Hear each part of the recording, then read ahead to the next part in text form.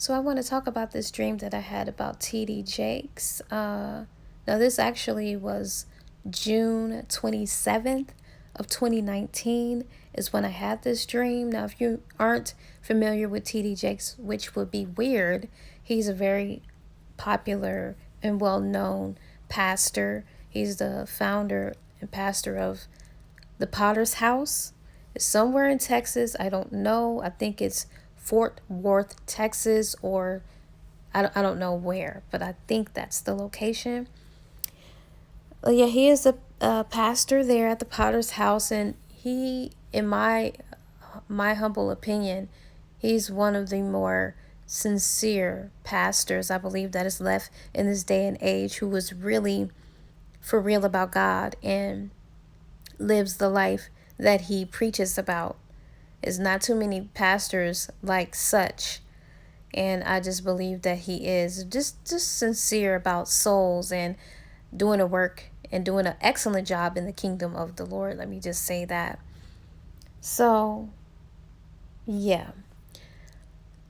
This dream happened, like I said, June 27th of 2019. And in the dream, it felt as if I was at his church, but it kind of feels like I wasn't, because I know I was there, but it was like I was viewing what was taking place or what was going on. And so while I'm at his church, I'm looking at Sharita Jakes, his wife, and she was on the stage and everybody was there, and she was talking about just making some changes, not necessarily talking about, because everybody knew what had happened, but in the dream I dreamt that he was taken up by the Lord. And I say that because it felt like it felt like he didn't die, because I didn't see him die, and I didn't see any funeral service being held for him. I felt like God had taken him up, and it was like he was going up there for a vacation. I just felt like God took him. It felt more like that, because like I said, it didn't show him dying. It didn't show no funeral, none of that. It was like he was taken up, like the two prophets that were taken up in the spirit and they didn't taste death. I put on the screen who those prophets were, because I can't pinpoint who they were. I think it was Enoch and Elijah. I don't know, but I'll put it on the screen. Yeah, it felt like he was taken up. And Sharita, Miss Jakes, was on the stage, and she had made some changes to the church, because she was left to take over the church and kind of tend to the church and the people. And I got to see the changes that she made to the church. She made everything look so royal and regal and elegant and just beautiful. It was just so beautiful what she did with the church. She changed it. It just looked so royal. And I was looking at that, at the changes that she made, and she looked so happy and at peace. Nobody was sad or anything like that, but she was just taking over the church and running things. And then I began to think about TD Jakes. I was like, wow, so he's up in heaven, the same place us as believers and Christians are going to go when it's all said and done. That's where we're going to be one day. And so from that dream, I began to think more about heaven. Now, don't get me wrong, here on this earth, God blesses us with little pleasures that we can enjoy while we're here. And that's what he wants us to do, is live life and life more abundantly, you know? I'm not saying stop doing that, but while we're enjoying these great little pleasures and things that he bless us with while we're here on earth and we're enjoying our time here, we need to also make sure that we are taking care of our inner man and our souls and our spirit by feeding our spirit with reading the word of God and going to church and getting more serious about heaven and what it's going to be like to be there one day, and make sure that we are just doing all we can to be prepared for when he's going to come get us, and rapture us on up and take us up out of here, or when our work is finished or done. We just want to make sure that we are ready to go with him. And I really feel like just by paying attention to the weather and the different things that I've been seeing in the sky with the lightning, it's just different. I know lightning is lightning. Yes, you have it in the sky, but it's something peculiar about this type of lightning that I've been seeing that's been taking place in the sky here lately with these storms. And then you have these earthquakes and different things like that. I think God is speaking, but are we really listening? I feel like he wants to get us prepared and wants us to be ready for when he comes back, because he's coming back soon, very soon. And I know we've been hearing that for a very long time, but he really is coming back for his church, for his bride, you know? And we don't want him to come back, because like he said, he's going to come like a thief in the night. And we're not going to know the hour. All we need to do is just make sure that we are prepared for when he comes back, because we don't want to be like the 10 virgins where 5 of them, they were waiting and watching for God, and their garments were white and they were using wisdom, and then the other 5, they were not. They were unwise and they were not looking for God's or Jesus' arrival.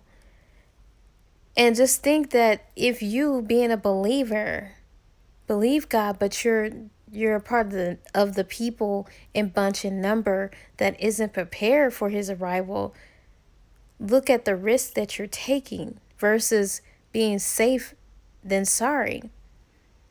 You know, I want to be one of the ones that's in the number when he comes back to rapture us up. I want to be in that number and go with him the first time, because I don't want to go through any trials and tribulations that's going to happen to the people that are left behind. So we just need to think about, our life and how we're preparing for heaven, our real home. It's a real place. It's nothing made up. There is a heaven and then there is a hell. And Jesus Christ is the gateway to heaven. He is the only way. There is no other way. And I know people love to say, oh, there's many ways to get to heaven. There's many ways and doors to God, to get access to God. But his son, Christ Jesus, is the way, the truth, and the light. There is no other way. He is the only way, so don't be deceived. But you guys, we really have to, what are we doing to prepare ourselves to go home? Like, are we keeping our garments white by allowing him to rid us of what we used to do, things that we were caught up in, wrapped up in, things that we were weak to? Are we sacrificing those things and laying them on God's altar so that he can cleanse us? What are we doing? Are we even watching him? Are we even paying attention to him? Are we looking? Like I said, in November of 2017, I have not been the same ever since I saw Jesus so close to me. Like I could make out everything about him. Ever since I saw that, I have not been the same. I've been on this journey of really taking my life seriously with, making sure that I seek him and search to find him through his word, through prayer. Yes, church is good, but that's not the end all be all. Just because you go to church, that does not mean that that's access to heaven. That's also a deception. Church is just a place where other believers can come together, and it encourages us and strengthens us when we come together and we share our faith. Faith comes by hearing. So that's why we come together. Because it just gives us extra encouragement to stay in him and keep fighting the good fight of faith. But if you're not in a church, don't think that you won't go to heaven because you're not in a church. Church is just a building. But a relationship is what is more valuable and of significance than just attending a church, but you have no close relationship and you don't know Christ for yourself. You have to know him for yourself. But y'all, let's get serious about, we need to be watching. We need to be keeping our garments white. We need to be searching and seeking him, spending time with him, setting time aside to read the word, to pray, to seek him, to listen to him. He loves to talk. Although I know sometimes it's hard when you're in the beginning stages and learning his voice because you don't know. But the more you spend time for him and set aside some time for him, the more he begin to speak and show you things and find little ways of how he communicates with you. You know, some of us are blessed to see and have dreams, visions, and different things like that. He can use, I don't know, a flower, a butterfly, or something just to show you that he's around. It could be a sign, it could be something that you read in the newspaper, it can be anything. He finds ways to communicate with us, you know? Just involve him in everything that you do. I pray about everything. I pray even for him to help me go to the bathroom.